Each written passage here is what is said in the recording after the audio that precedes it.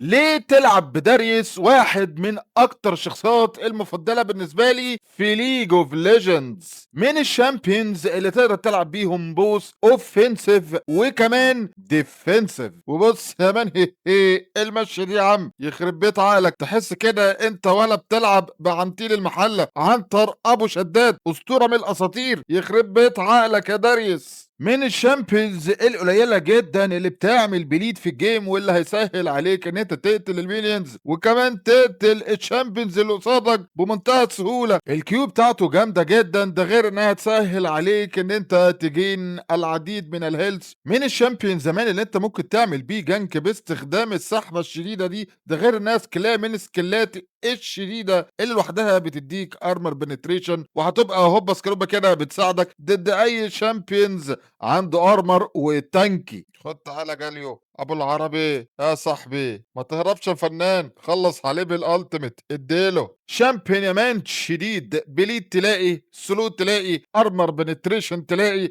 التيميت تضربها كذا مره وتخلص بيها على كذا شامبيون مع بعض تلاقي. داريوس يا مان شامبيون عظمه، ولو ما بتلعبش بيه فايتك كتير.